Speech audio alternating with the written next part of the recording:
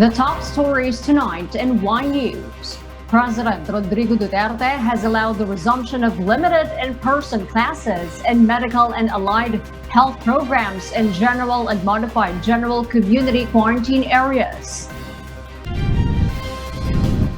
Health officials are still figuring out the source of the UK variant that reached the mountainous town of Bonto.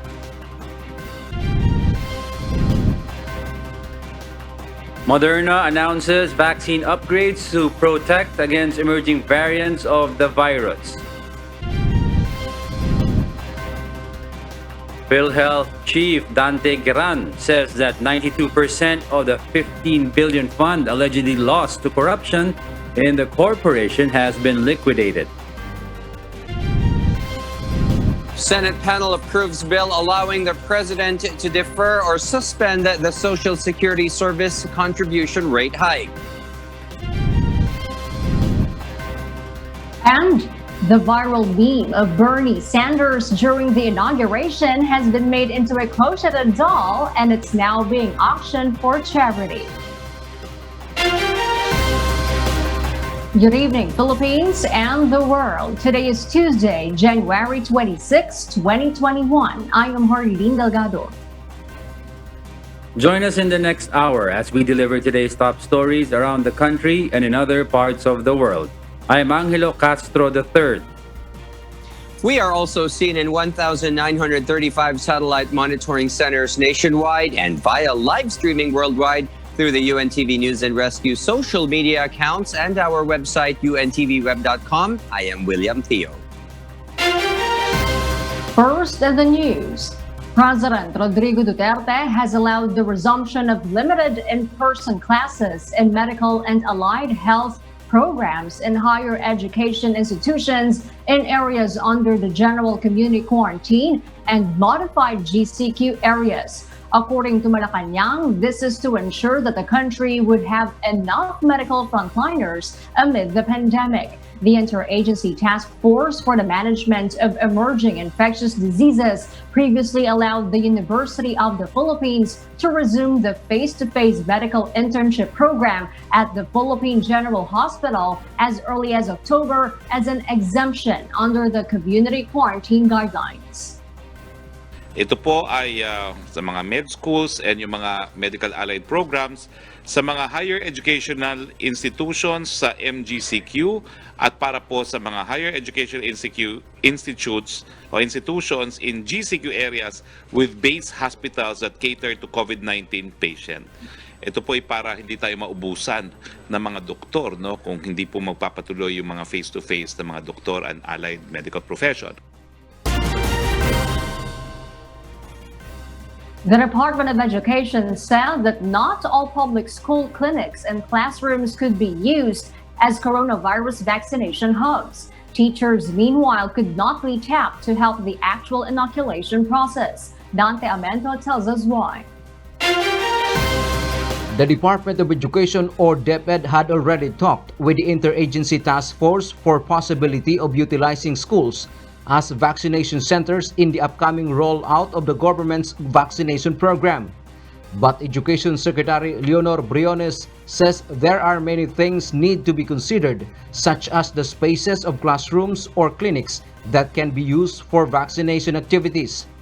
Kailangan iplano yan ng maayos kasi mayroon tayong schools na malaki ang clinic, mayroon namang schools na maliit lang, isang kwarto lang ang clinic. So, depende yan sa sitwasyon ng eskwelahan.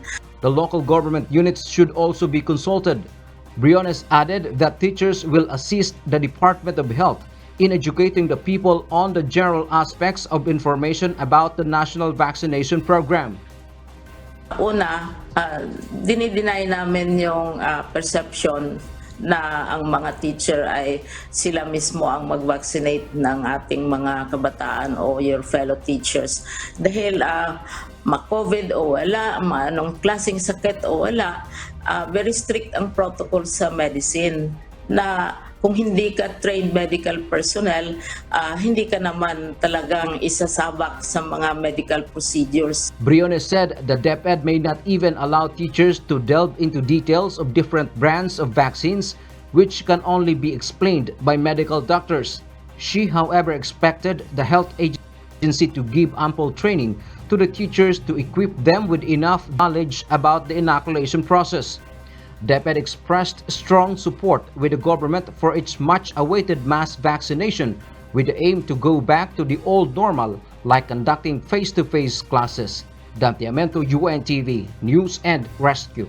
We serve the people. We give glory to God. Meanwhile, the palace defended President Rodrigo Duterte's decision to reject the Interagency Task Force for the Management of Emerging Infectious Diseases, or IATF-EID, earlier decision to allow minors as young as 10 years of age to go out of their homes. Rosalie Cos will tell us why live. Yes, Rosalie, good evening. Yes, William, the government is not flip-flopping on its policies to combat COVID-19 pandemic. This is the stance of Malacanang after President Rodrigo Duterte revoked the recommendation of the Interagency Task Force to allow individuals 10 to 14 years old out of their homes in modified general community quarantine or MGCQ areas due to new and more contagious coronavirus variant. Just to be sure, and in our desire to protect our people, napilitan akong i-reimpose yung 10 to 14. Not at this time. It's a sacrifice for the parents and for the children. It would limit their movements. According to presidential spokesperson Harry Roque, there are only 2 instances in which the president recalled the decision of the IATF. The first one was supposed start of limited face-to-face classes this January. I think so, no? Kasi the IATF was created by the president to assist him as a recommendatory body. In fact, the IATF has no legislative foundation other than exercise of executive power, no? So hindi naman po tayo nag-uurong-sulong as far as I know.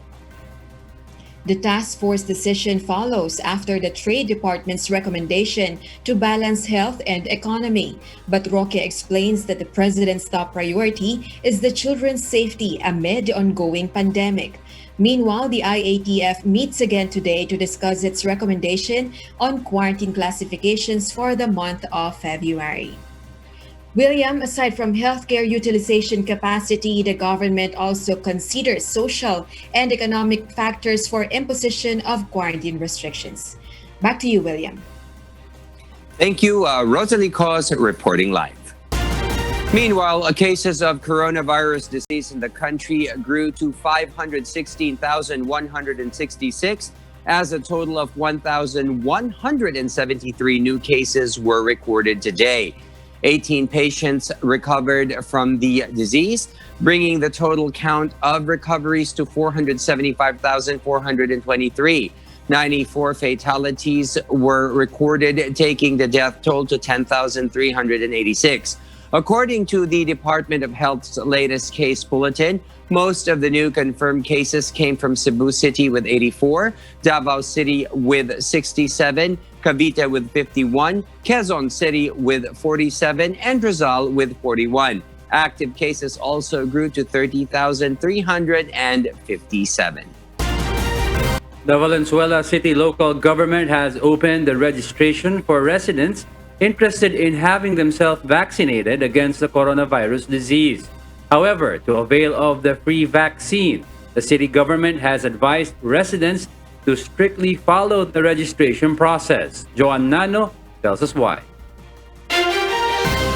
In preparation for the upcoming rollout of COVID-19 vaccination, which is targeted to happen by July 2021, the local government of Valenzuela City has launched their online registration for residents who are willing to be inoculated against COVID-19. Residents who want to avail of the free vaccination should register in the city's project website through valtrace.appcase.net. This also happens to be the city's web application that is being used for contact tracing.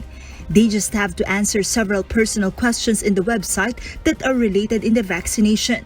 After the registration, they have to wait for a call from the City Epidemiology Surveillance Unit for validation, and they have to wait for the confirmation of their schedule. A day after the official launch of the online registration, there were around 4,000 residents in Valenzuela City who have registered and expressed their willingness to get inoculated, according to Mayor Gatchalian. Malayo pa tayo, 320,000 yun. Napakalayo pa natin sa target natin. Ang gagawin natin, we have 7 months kasi till July or 7 months, to come up with our own information campaign na massive. Nung nag-ikot ako recently, nakausap ko yung mga iba nating mga residente, nag-ikot ako sa city. Ang mga concern naman nila may agam-agam, may mga katanungan. Hindi naman no eh. Sa kanila more of with reservation. Earlier today, Valenzuela City government held a COVID-19 elementary school, which aims to identify and iron out the process prior to the actual vaccination rollout. According to Mayor Rex Gatchalian, they have identified 17 vaccination sites within the city. Una, ayaw natin yung nandyan na yung bakuna tsaka lang natin paplanuhin lahat to. Ayaw natin na walang simulation kasi baka magkagulo kami mismo yung mga staffer namin. Dapat perfection, hindi pwede yung masayang kasi remember pag binuksan mo yung bakuna, meron rin yung prescription kung kailan mo dapat bakunan. Residents who will get inoculated will be given a vaccination passport and a pin, which they can wear as part of their information drive for COVID-19 vaccination program. Mayor Gatchalian has earlier announced that Valenzuela City has initially secured 650,000 doses of COVID-19 vaccines from AstraZeneca to inoculate around 320,000 of their constituents that are 18 years old and above. Joanna, UNTV News and Rescue. We serve the people, we give glory to God. U.S. pharmaceutical company Moderna's COVID-19 vaccine offers protection against new variants of the coronavirus, but that the vaccine is more effective against the variant first identified in the UK than the one found in South Africa. Ia De Vera will give the details why live. Ia, go ahead. Diego, Moderna, together with U.S. National Institute of Health early laboratory tests, suggests that antibodies triggered by the vaccine can recognize and fight the new variants. More studies are needed to confirm this is true for people who have been vaccinated. To study the effect of current vaccine, Moderna took blood samples from 8 people who had received the recommended 2 doses of Moderna vaccine. Researchers found that protection against the B.1.1.7 variant, known as UK variant, remains the same. However, antibodies against the variant from South Africa had a 6-fold reduction in potency that could mean a quick disappearance of protection against this variant. But the company said that the vaccine is still expected to be protective as the antibody levels remained high enough to neutralize the virus. Stefan Bancel, Moderna's CEO, said in a press release that they are encouraged by the new data, which reinforce their confidence that Moderna COVID-19 vaccine should be protective against these newly detected variants.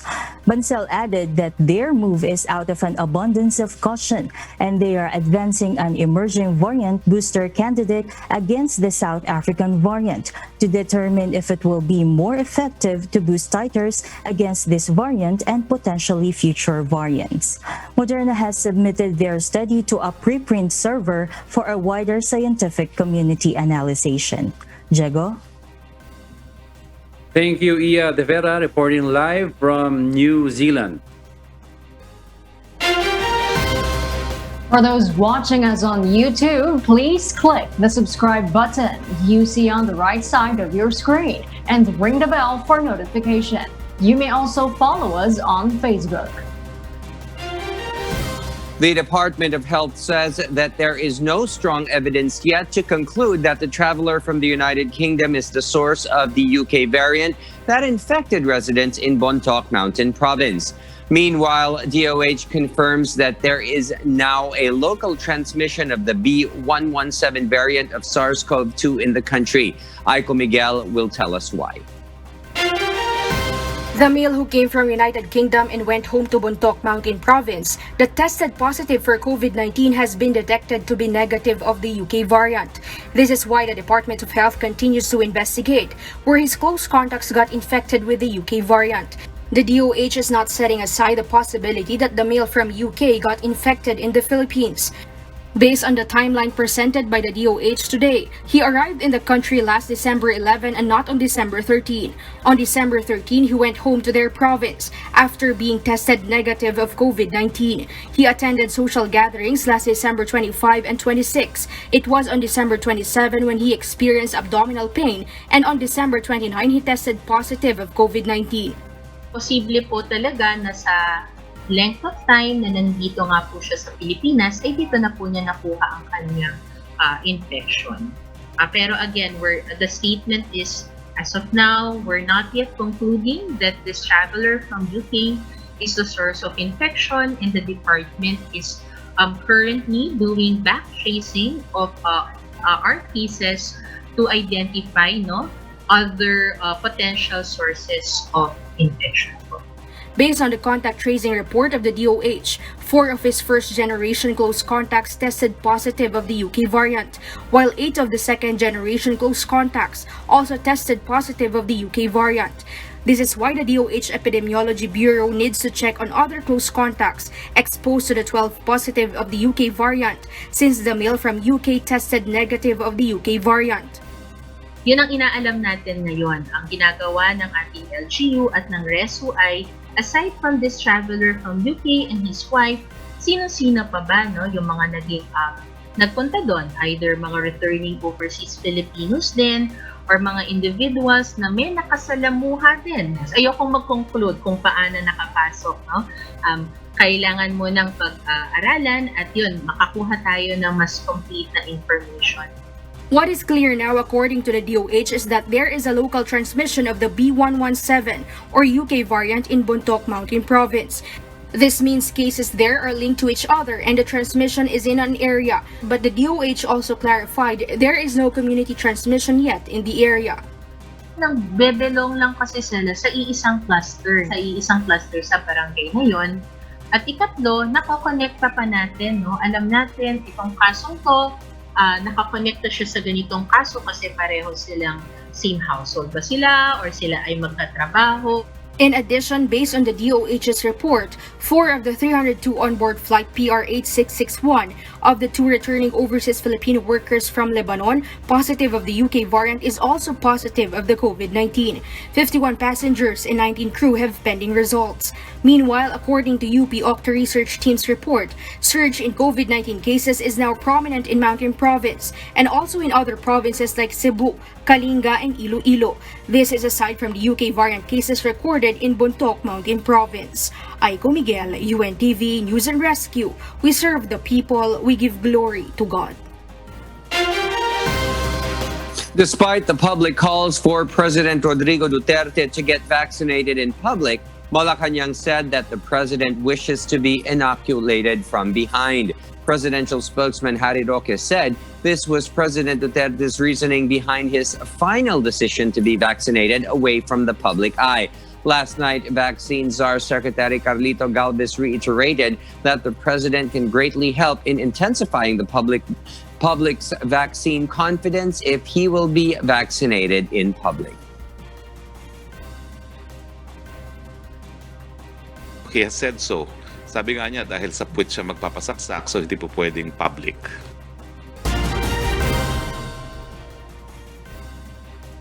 Economist and one of the framers of the 1987 Constitution, Bernardo Villegas, expressed his support to amend the economic provisions of the Constitution.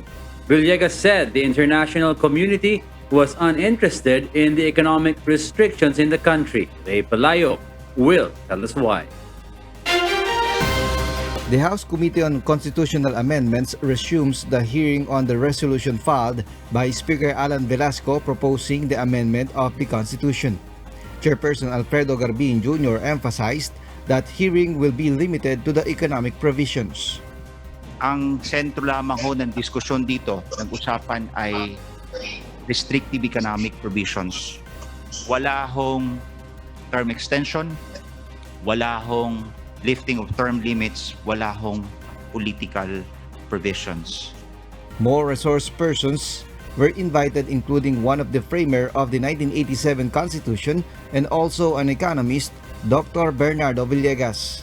He said that they were traumatized that time by what happened during the EDSA revolution and the 10 years of martial law. Before the deliberation, they were referring to the what should they do to prevent the abuses during the Marcos administration. But he realized that there is a need to amend the 34-year-old Constitution. That's why some people refer to the 1987 Constitution as an anti-Marcos Constitution. We included so many minute pieces of legislation that, as the constitutionalists will say, do not deserve to be in the fundamental law of the land. And that is why, irrespective of timing, sooner or later, we have to amend this constitution. Not only the economic provisions, but many other political provisions. On the other hand, top officials of the Finance and Trade and Industry Department also sympathize with the proposed amendment, citing that the Philippines is the most restricted in economy compared with nearby countries. With average growth of over 6% for 14 consecutive quarters, we also know that such growth rates could have even been much higher if we were able to remove basic restrictions as to foreign ownership of businesses in certain sectors stipulated in the Constitution. We must open it up as wide as we can, with the exception of land ownership. Ray Pilayo, UNTV News and Rescue. We serve the people. We give glory to God. The University of the Philippines community deplored the continuous red tagging of its members and reiterated its stand against the abrogation of the agreement barring state forces from entering its campuses without notifying school officials. Leia Ilagan reports. The officials of the University of the Philippines Diliman asserted that red tagging is considered a threat to civil society and freedom of expression. The statement comes after the Armed Forces of the Philippines has posted a list that enumerated students and alumni of UP as members of the New People's Army. The organization has apologized on the incident and is conducting an internal investigation on how the list was published. But 6 of the UP alumni who were tagged in the post are mulling to file cyber libel and contempt charges against defense officials. We all be reminded that red tagging has no place in a society that values education and respects civil liberties. The committee also blamed the issue on the decision of unilateral abrogate of UP-DND Accord. The abrogation of the agreement is a violation of academic freedom. The committee said academic freedom allows students, faculty, and staff to engage in critical thought without fear of being silenced. We need to uphold academic freedom to maintain academic excellence as our commitment and service to the nation. DND Secretary Delphine Lorenzana explains that the abrogation of UP-DND Accord is necessary to protect the students of UP against the recruitment of the CPP and PA. AFP spokesperson Edgar Arevalo also defended the decision and said that academic freedom is not violated in the cancellation of the agreement because it is enshrined in the Constitution. Leia Ilagan, UNTV, News and Rescue. We serve the people. We give glory to God. The Philippine Health Insurance Corporation, or PhilHealth, said it has liquidated most of the 15 billion pesos that former officials were accused last year of pocketing. Meanwhile, the state health insurer also defended the delay in reimbursements. Rosa Nicolas explains why. PhilHealth President and CEO Attorney Dante Giran denied reports that billions of pesos of agency funds have been lost due to fraudulent schemes. In August last year, resigned PhilHealth Anti-Fraud Officer Attorney Thorson Montes Keith revealed that some 15 billion pesos from the agency has been pocketed by several PhilHealth officials. According to Attorney Giran, the Senate and the House have instructed the agency to liquidate the allegedly stolen funds. Sa ngayon po, 92% na. 92% na ang liquidated. So, kukunti na lang po, sir. Around 13 PhilHealth personnel have been suspended over supposed anomalies. Meanwhile, the PhilHealth chief explains the reason of delay in the release of its payments or reimbursements to the Philippine Red Cross and other healthcare providers. According to Giran, the pandemic has also affected its operations and the delay of validation is also being aggravated by incomplete documents for claim applications. One of the reasons of the delay is, of course, we are under the COVID regime. Alam naman natin, under COVID regime, lahat tayo napipinsala, mga kilos natin, we are less liberated. According to Giran, PhilHealth still owes the Philippine Red Cross some 300 million pesos for COVID-19 testing. Rosa Licoz, UNTV News and Rescue.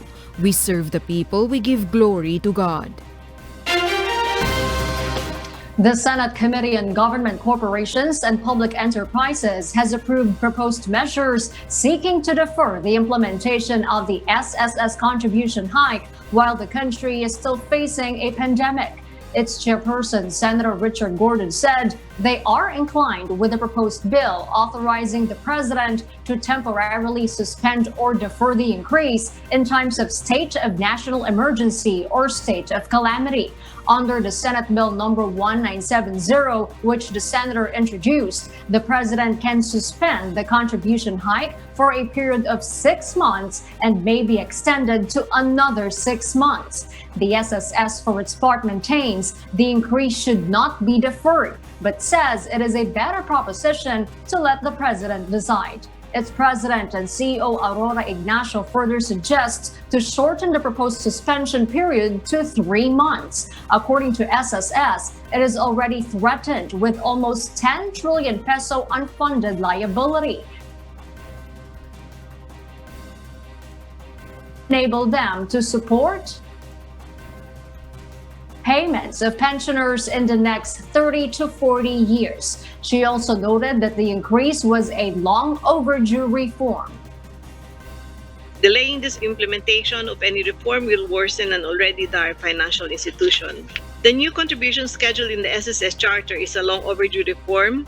SSS has increased its pension benefit 25 times, while it adjusted contribution rate only 8 times to date. The SSS added those who have no work will not be compelled to pay their contributions. We acknowledge that the contribution hike will add a little burden to our employers and workers. But at the same time, the fact is we are asking this hike only for those who are able to do so, the employers that are operating and the workers that still have their jobs. However, the senators explained the contribution increase would still add to the expenses of workers and business owners who are still struggling amid the pandemic. Yung may trabaho at may negosyo, sa halip na hindi na natin sila i-burden out, bibigyan pa natin sila ng additional burden na isipin ako, may dagdag gastos ako. We're not saying that those employers who can pay the contribution as well as those employees who are employed in those companies will stop paying. They will continue. Kaya lang, because this is going to be a stretch, could be 5 years, lalala situation, baka ang mangyayari, masyadong hirap na dahil yung pambili natin, baka bumabang pambili. Talagang dapat tingnan natin kung anong gagawin natin to alleviate their pain. Under the Republic Act 11199 or the Social Security Act of 2018, a 13% contribution rate will be in effect starting this year up to 15% in year 2025. The Employers Confederation of the Philippines, or ECOP, has agreed to allow the president to decide, but noted that it should be done as soon as possible. Last week, similar bills were also passed in House committee level. For those watching us on YouTube, please click the subscribe button you see on the right side of your screen and ring the bell for notification. You may also follow us on Facebook. The Department of Education or DepEd denies reports that indicated a significant number of students are dropping out from school due to struggles caused by distance learning. Dante Amento will give us the details live. Dante, go ahead. Diego Education Secretary Leonor Briones said they have been validating these alleged massive dropouts due to the challenges brought by distance learning. Regional offices were also asked to submit reports, but there is still no solid conclusion proving that such has occurred. Here is Secretary Leonor Briones of the Education Department. Pinaluwagan natin yung mga requirements dahil nagbigay ng feedback ang parents at ang mga bata na naninibago sila sa dami ng mga assignments. So yun ang ginagawa natin, yung academic ease. Pero wala kaming nabalitaan na significant numbers of students ay nagda-drop out. Briones said they have instead implemented academic ease to ease up on the number of assignments that students receive given the new arrangement. Medyo natagalan po sa DepEd ang pag-finalize at pag-umpisa ng ating application process for this subsidy kasi mas malaki po yung aming coverage. Kasama po dito ang public and private learners from kinder to grade 12 at nationwide din po yung gagawin namin. Meanwhile, DepEd has allocated 300 million pesos as subsidy for students with financial problems both in public and private school in K-12 education. DepEd is currently processing applications to disburse the budget. And that's the latest live. Back to you, Diego. Thank you, Dante Amento, reporting live. The Department of Environment and Natural Resources, or DENR, warns local government units against continuous operation of open dump sites. Instead, LGUs are encouraged to partner with private companies for sanitary landfills. Asher Cadapan Jr. tells us why live. Yes, Asher, good evening. Good evening, Will. The Department of Environment and Natural Resources mandates all local government units to close any open dump sites within their jurisdiction. This is in accordance with Republic Act 9003 or the Ecological Solid Waste Management Act of 2000, which prohibits such operation in cities or municipalities as it causes negative impact in the environment and community. Based on DENR's record, there are still 195 open dump sites operating in the country, where most are in the regions of Western Visayas, Mimaropa, Central Visayas, Bicol Region, and Davao Region. DENR Undersecretary for Solid Waste Management and Local Government Units Concerns, Benny Antiporda, said 38 open dump sites were successfully closed down just yesterday, and so it is very possible for LGUs to close the rest of them until March 2021. After March, kapag hindi nila ginawa yung trabaho nila, then I will deal with them personally. I will go to the highest mountain to catch their open dump sites there, just to prove to the secretary na kaya naman pala. Sa loob lang ng ilang buwan, kaya pala ipasara lahat yan. The DENR cautioned that they will apprehend and file cases against LGUs who will continue to operate open dump sites and ignore such violation in their areas. In place of open dump site, the RA 9003 orders LGUs to establish a sanitary landfill according to the design and operational structure provided by the said law. Based on the latest record of DENR, there are already 189 sanitary landfills in the country, where most can be found in Calabarzon, Cagayan Valley, Ilocos Region, Northern Mindanao, and Central Visayas. But instead of LGUs building their own sanitary landfills, the DENR encourages them to partner with private companies due to procurement problems. If you're using a backhoe dump site and it's backed down, and you need to buy some parts, it will take you 2 to 3 months to procure the parts. So ano nangyayari? Sira na yung sanitary landfill mo, kabundok na yung basura mo, bago matagal yung parts na yan. How can you recover from that? It will give you a hard time. And that's the latest live on my end. Back to you, Will. Thank you, Asher Cadapan Jr., reporting live. And for the news abroad, here's Stephanie C. reporting live from Hong Kong. Good evening, William. Janet Yellen became the first woman to be the U.S. Treasury Secretary by a vote of 84 to 15. Her confirmation came as the Biden administration works to revive an economy battered by the coronavirus pandemic. Abby Valdez reports. The Senate confirmed Janet Yellen, a labor economist and former Federal Reserve Chair, to be the U.S. Treasury Secretary. By a vote of 84 to 15, the Senate confirmed Ms. Yellen, making her the first woman to hold the top job at Treasury in its 232-year history. Her quick bipartisan confirmation underscored the support she has from both Republicans and Democrats, given her previous stint as Fed Chair from 2014 to 2018. Now she is expected to play a key role guiding the Biden administration's economic response to the pandemic. She faces a monumental task as hundreds of thousands of people filed for unemployment benefits and businesses are closing across the U.S. amid a surge in infections. Yellen will be working with Congress on the coronavirus relief package. On Twitter, U.S. Senator Chuck Schumer said that he is thrilled to vote for Yellen, citing long hallways where portraits hang of all 77 Treasury secretaries who are all men, and that no one has more experience for the job.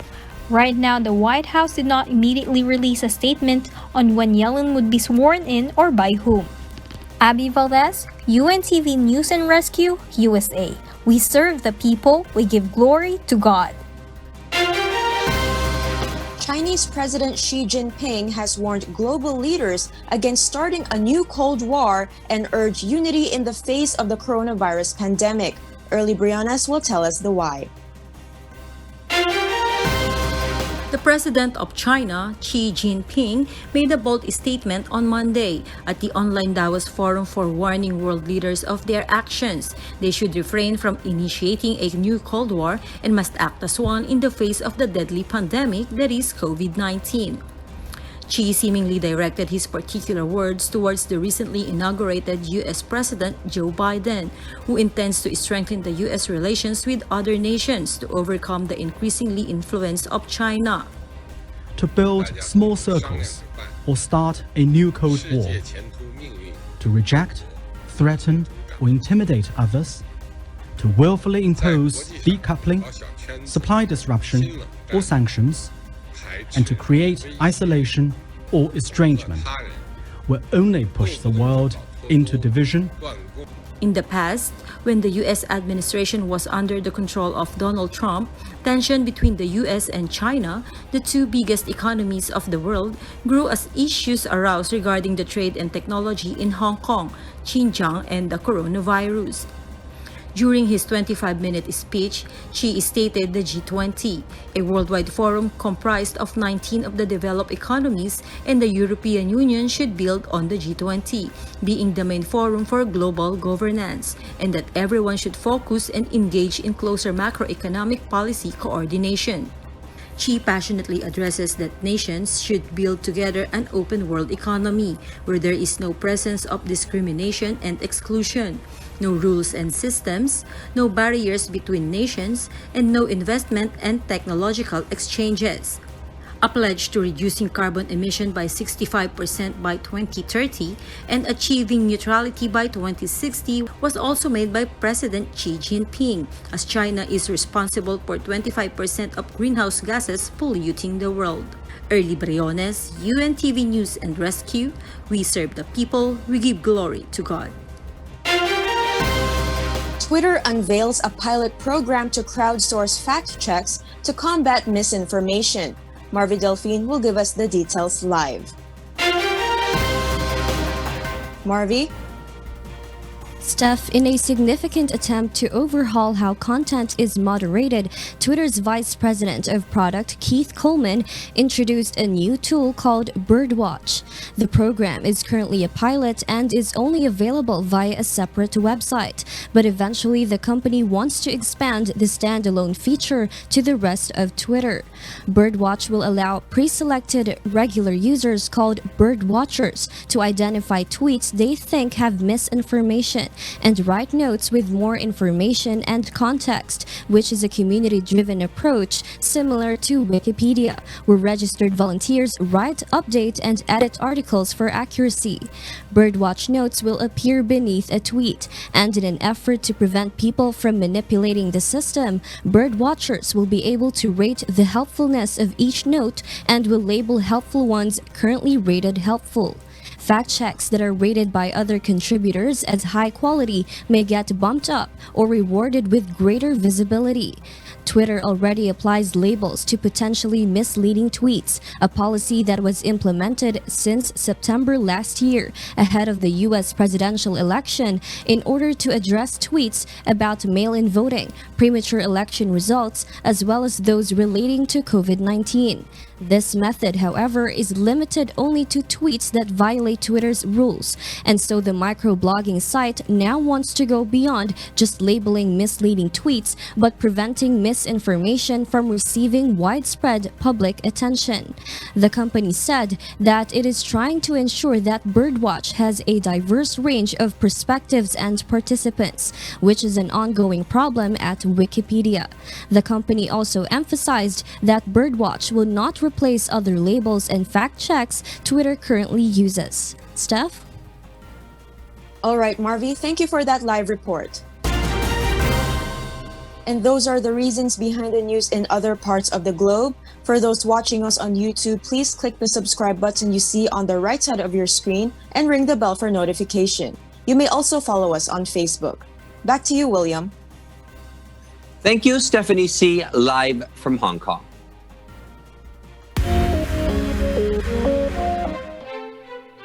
The internet can't get enough of Bernie Sanders' Inauguration Day's tease. After countless memes, filters, and stories, Vermont's junior senator and his iconic fit have been turned into a collectible crochet doll to raise funds for charity. Kath Dumaraas explains why. Bernie Sanders emerged as the fashion icon no one expected on Inauguration Day.